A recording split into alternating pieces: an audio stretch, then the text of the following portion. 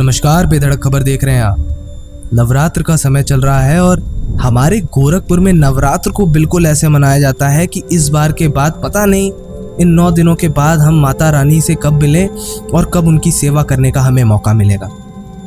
और ये सिर्फ हमारी आस्था नहीं है, ये हमारी भावना भी है। और गोरखपुर से कुछ 50 किलोमीटर दूर पे एक मंदिर है जिसका नाम है लहड़ा देवी मंदिर। आज हमें वहीं से बुलावा आया है।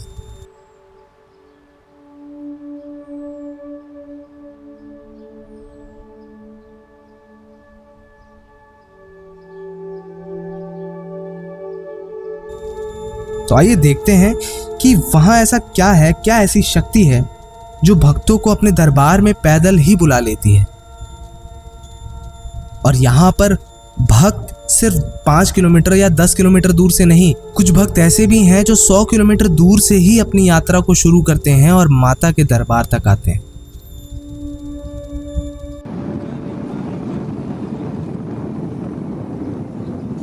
भैया, लहड़ा मंदिर का रास्ता यही है? सीधे चला है, सीधे जाना है? अच्छा, मेन रास्ता आगे से था, मतलब ये भी चला जाएगा? कितनी दूर होगा यहाँ से? हाँ, 2 किलोमीटर। धन्यवाद चाचा। तो क्या शक्ति है यहाँ पे, क्या मान्यताएं हैं और क्या इतिहास है इसका, ये जानेंगे बेधड़क खबर में। देखते रहिए।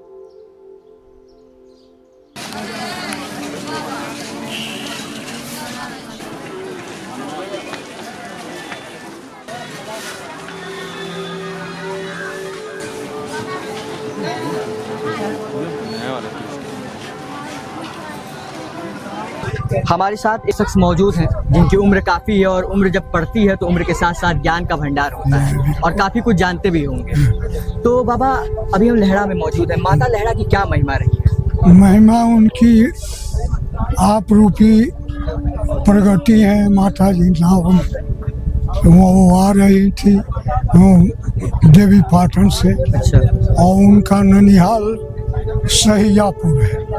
सहियापुर से वो चली और आते आते उनको शाम होने लगा तो माता जी अपना कुछ द्रव्य लिए थे अपने माता जी के हाथ से, वो ले करके आ रही थी और बाढ़ की समय था। और उस टाइम में जंगल के लोग जा रहे थे लकड़ी आने, घास फूस करने के लिए।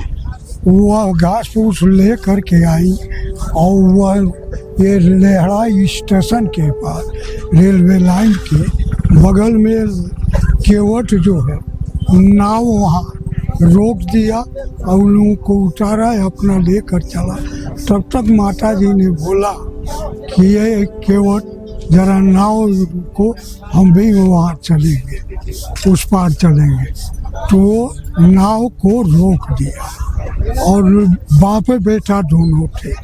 और वह माता के अर्पण में वो लड़की थी, कन्या, कुंवारी कन्या थी और वही वो नाव में बैठी। कुछ वैसी इन लोगों में तनाव हुआ कि माता जी का बाँह जो है बाप अलगे पकड़ लिया, बेटा अलगे पकड़ लिया। पहवारी महाराज जो है उस टाइम में मौजूदगी में थे और वह जो है पहवारी महाराज जब देखे यहाँ पवैया में आते हुए माई के बगल में, तो उन्होंने बोला कि अरे सारे तुम्हारा सारी परिवार नाश हो जाएगा। वहाँ वो खत्म हुआ। माता जी वही नाव ले करके नीचे नाव में दरियाओं वो बैठ गई और वो बैठने के बाद वही वो पत्थर हो गए। आपका क्या नाम है? मेरा नाम अखिलेश कुमार तिवारी। अखिलेश जी, ये बताइए आपका कितने सालों से माता के दरबार में आ रहे हैं? और माता के दरबार में मैं आज पहली बार आया हूँ, लेकिन माता के दरबार का दिव्य कथा मैं बहुत दिनों से सुनते आ रहा हूँ कि यहाँ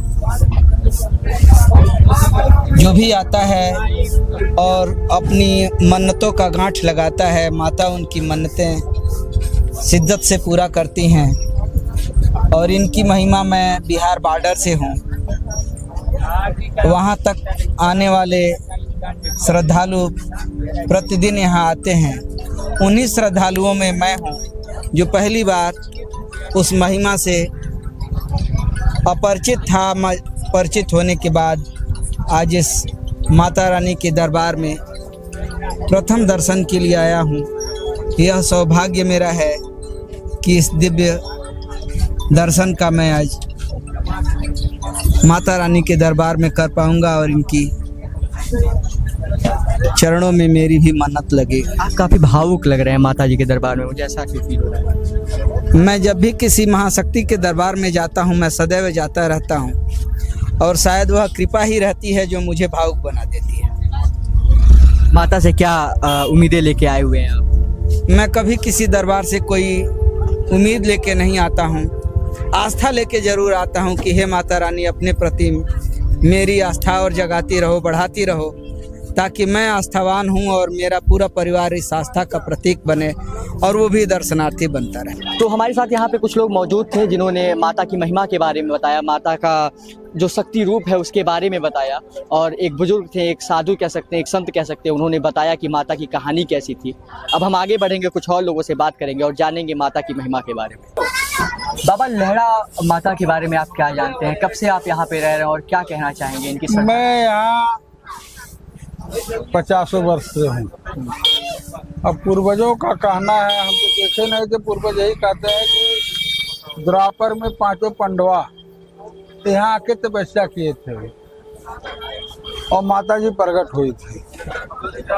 और तब से माता जी का ये मेला हर नवरात्र डेली चला आ रहा। कितनी भीड़ होती होगी नवरात्र के समय में यहाँ? और नवरात्र में इस समय तो कम से कम 10 दिन में 10 लाख आदमी आ जाते हैं। 10 दिन में 10 लाख? हाँ। अच्छा, 5 पांडव की कहानी आती है, तो पांडव की क्या कहानी आपको? जो 5 पांडवा जब वनवास हुआ हस्तिनापुर से, तो ये यादवन नगरी है, अच्छा, यहीं पर आए थे। अच्छा, यही माता जी को उन्होंने तपस्या किया और माता जी ने कुछ शक्तियाँ भी मिली थी क्या कुछ पांडवों को? ऐसा पांडवों को शक्तियाँ क्यों नहीं मिली है? बहुत शक्तियाँ माता जी ने दिया। यहाँ से भी कुछ शक्ति थी? अब यहाँ से भी उन लोगों को शक्ति माता ने दिया होगा। हाँ। हाँ। कुछ ऐसी घटना आपको याद आती हो जो आपको बिल्कुल चौंका के रख दे माता के बारे में, इस मंदिर प्रांगण के बारे में? कभी आपके साथ कुछ ऐसा घटा हो? नहीं, मेरे साथ तो कोई घटना नहीं हुआ। कोई ऐसा मतलब होता है ना कि अगर माता जी हैं तो माता जी का कुछ सबूत मिल गया हो, अचानक से माता ने कुछ ऐसा चमत्कार कर दिया हो? नहीं नहीं, ऐसा मुझे कोई सपना नहीं था। कुछ लोग होते हैं, कुछ लोगों की कहानी। हाँ हाँ। तो और यहाँ पे जो 10 लाख आप कह रहे हैं, लगभग 10 दिन के अंदर 10 लाख लोग आ जाते हैं। हाँ हाँ। तो इतने श्रद्धालु, इतनी श्रद्धा क्यों है? मैं देखता हूँ पैदल भी लोग आते हैं यहाँ पे। पैदल भी आते हैं, जो माता जी से जो मांगता है उसकी मनोकामना माता पूर्ण करती हैं। अच्छा, तो कितने कितने दूर से यहाँ पे लगभग आते हैं लोग? अरे यहाँ से नेपाल राष्ट्र विदेश हम लोग का है। अच्छा। नेपाल से लोग आते हैं। हाँ। पूरा भारत के लोग भी आते हैं। चलिए, धन्यवाद चाचा, आपका बहुत बहुत धन्यवाद। लोगों से बात करने के बाद, लोगों की भावनाओं को समझने के बाद, अब हमने सोचा क्यों ना माता के मंदिर के अंदर चलो और माता की जो महिमा है उसके बारे में जाने। आप आगे देखेंगे ये लहड़ा माता का मंदिर है और यहाँ पे ये मुख्य द्वार अभी आपको दिख रहा है, जहाँ से लोग अंदर होते हुए जाते हैं और माता का दर्शन करते हैं। यहाँ पे जो लोगों की श्रद्धा है वो अलग ही प्रकार की है। लोगों का कहना है लगभग नवरात्र के महीने में, नवरात्र के समय में लगभग 1.5 करोड़ लोग यहाँ आते हैं। मैंने बात की, कुछ लोगों का कहना था 10 लाख लोग आते हैं, कुछ लोगों का कहना है 1.5 लाख। यानी कोई अनुमान अभी नहीं लगाया जा सकता है कि कितने लोगों का यहाँ पे आना जाना होता है नवरात्र के समय में। चलिए आगे बढ़ते हैं और यहाँ के पुजारी से जानते हैं पूरी कहानी के बारे में। आइए।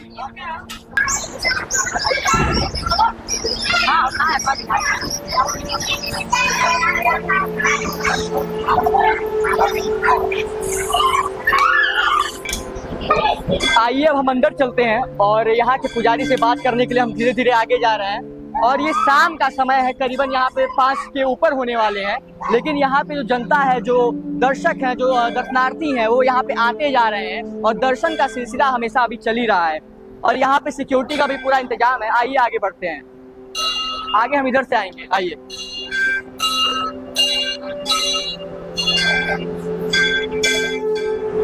माता के मंदिर में हम आए हुए थे, अब माता के दर्शन के लिए हम जा रहे हैं।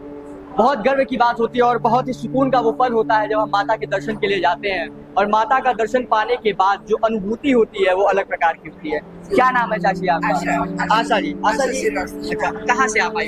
तारामंडल से आए। तारामंडल गोरखपुर से आप आई? अच्छा, कैसा लग रहा है माता का? बहुत अच्छा लग रहा है, तो हमेशा आते हैं। अच्छा। और बहुत ही अच्छा लगता है। अच्छा। हर नवरात्र में हम आते हैं। अच्छा, हाँ, तो माता की महिमा के बारे में आप क्या कहेंगे?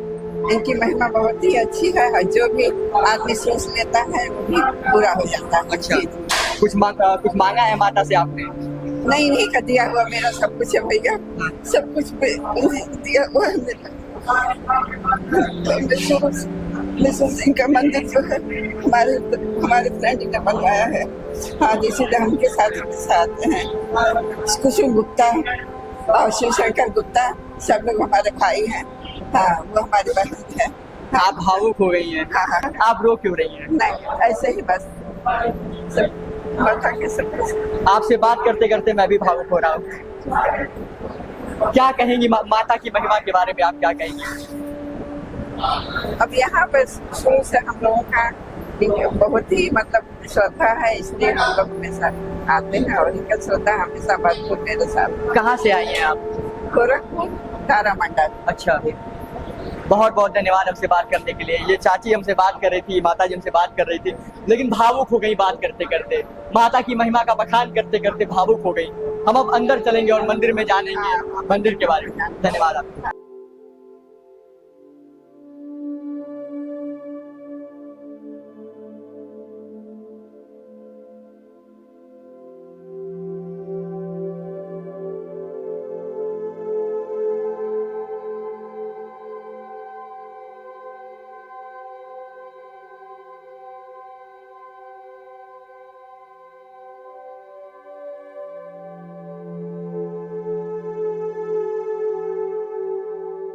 अभी हम मौजूद हैं माता लहड़ा के मंदिर में और माता के प्रांगण में बैठ के एक अलग ही सुखद अनुभूति होती है और माता के प्रांगण में बैठे हुए हैं काफी भक्तजन। अगर मैं कैमरामैन से बोलूं उधर की तरफ दिखाएं, काफी भक्तजन भी मौजूद हैं जो माता की दर्शन के लिए, माता जी के दर्शन के लिए यहाँ मौजूद है और आए हुए हैं। तो हम लोगों ने सोचा क्यों ना माता जी की महिमा के बारे में जाने। यहाँ पे बहुत सारे पुजारी बैठे हुए पुजारी हैं, मैं इन लोगों से बात करूंगा, इनसे जानूंगा। क्या नाम है आपका? रुपेश पांडे। रुपेश जी, ये बताइए कि कितने सालों से आप यहाँ पे हैं माता की सेवा में? हम तो जब से मतलब जन्म हमारा हुआ तब से माता रानी का सेवा कर रहे हैं। अच्छा, हम महान जी के नाती हैं। अच्छा, महन जी के नाती जी। माता की महिमा के बारे में आपका क्या ख्याल है? माता जी का महिमा बहुत निराला है। जो भी यात्रीगण आते हैं, मतलब कभी ऐसा नहीं हुआ है कि वो नाखुश हों। माता रानी हमेशा सबको खुशी खुशी अपना जाने देती हैं, खुश रखती हैं और बहुत पुराना इतिहास है माता रानी का यहाँ से। ये यहाँ पे पुजारी के रूप में भी काम कर रहे हैं, यहाँ पे लोगों की सेवा कर रहे हैं, माता जी के दरबार में हैं। और माता की मूर्ति देखने के बाद मेरे मन में बस इतना ही आता है कि जब हिंदू धर्म की बात होती है, हिंदू धर्म की देवी देवताओं की बात होती है, तो एक अलग ही प्रकार की सुखद अनुभूति होती है, एक अलग ही प्रकार का कह सकते हैं ताकत मिलता है हमें कि माता की मूर्ति देखने के बाद, हाँ, कितना अलौकिक माता की मूर्ति यहाँ पे लगी हुई है। मुझे लगा कि आपको ये पूरी खबर दिखानी चाहिए थी, माता की ममता के बारे में, माता की महिमा के बारे में आपको बताना चाहिए था। सो मैंने अपने हिस्से का काम कर दिया, अपने चैनल के माध्यम से कर दिया। अगर आपको ये पूरी खबर अच्छी लगी हो, आप हमें फेसबुक पेज पे देख रहे हैं तो हमारे पेज को आप फॉलो कर लीजिएगा। अगर आप हमें यूट्यूब पे देख रहे हैं तो हमारे चैनल को सब्सक्राइब करें और कमेंट बॉक्स आपके लिए दोनों जगह खुला हुआ है, अपनी राय देना ना भूलें। धन्यवाद। हमारे साथ लहड़ा मंदिर के मुख्य पुजारी ओम प्रकाश पांडे जी मौजूद हैं। अब हम इनसे बात करेंगे और इस मंदिर की महिमा के बारे में जानेंगे कि इस मंदिर की क्या प्राचीन कहानियां रही हैं और मंदिर के बारे में लोग क्या सोचते हैं और इतनी आस्था क्यों है, लोग कितने किलोमीटर दूरों से यहाँ पे आते हैं और कितने लोगों की यहाँ पे जनसंख्या आती है। मैं ये सब चीज़ें जानूंगा यहाँ के मुख्य पुजारी से। कैसे हैं सर आप? जी, ये जो है स्थान प्राचीन काल का है। महाभारत के समय पांचों पांडव आकर के माँ के इस शक्ति स्वरूपा का पूजन अर्चन किए थे और माँ उनको साक्षात प्रकट होकर के आशीर्वाद दी थी कि युद्ध में विजय प्राप्त करोगे। समय बीतता गया, फिर यहाँ एक नदी के मंदिर के पीछे नदी है, पावा नदी के नाम से विख्यात है, जो आज के बिगड़ करके पवैया है। और वहाँ पे एक नाविक था, वह यात्रियों के साथ दुर्व्यवहार करता था, नाव चलाता था। तो माँ की शक्ति यहाँ थी, माँ को देखा नहीं गया। माँ वेश बदल करके नारी के रूप में नदी के उस पार खड़ी हुई और नाविक से कहा कि मुझे तुम पार कर दो। नाविक ने कहा कि हम शाम को 4 बजे पार करेंगे। शाम हुआ और माँ नाव पे सवार हुई। मध्य नदी में आते ही वह माँ से दुर्व्यवहार करने लगा।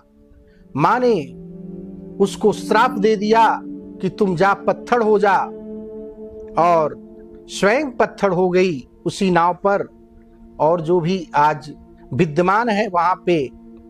और इस तरह से पूजन अर्चन होता गया।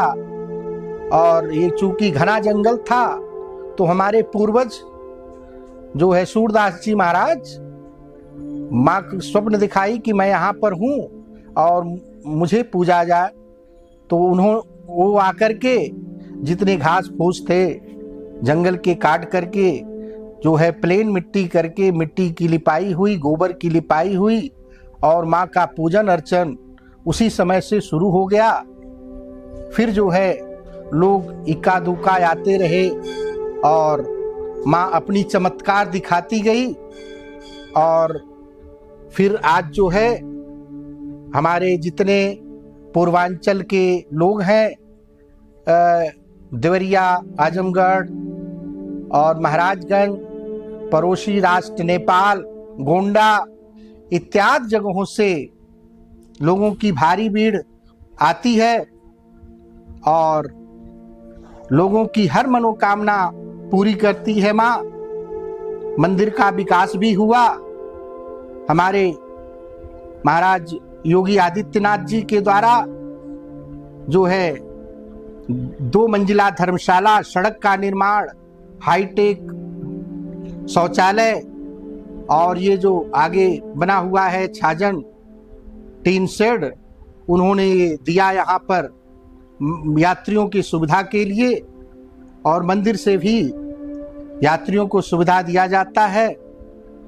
लोग आते हैं माँ के पूजन के लिए, नारियल फोड़ते हैं, कपूर जलाते हैं, धर्मशाला में विश्राम करते हैं और अपनी मनोकामना जो है माँ से कहते हैं। माँ उनको धन, पुत्र, लक्ष्मी, कीर्ति दे करके कृतार्थ करती हैं और सभी मंगल कार्य को करती हैं।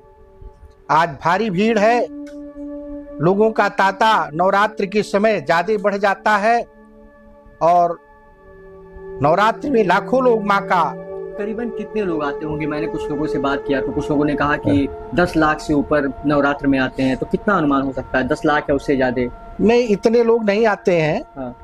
2-2.5 लाख के अच्छा बीच में आते हैं पूरे नवरात्र में। पूरे नवरात्र में प्रथम दिन लोग पैदल वाले आते हैं। हाँ।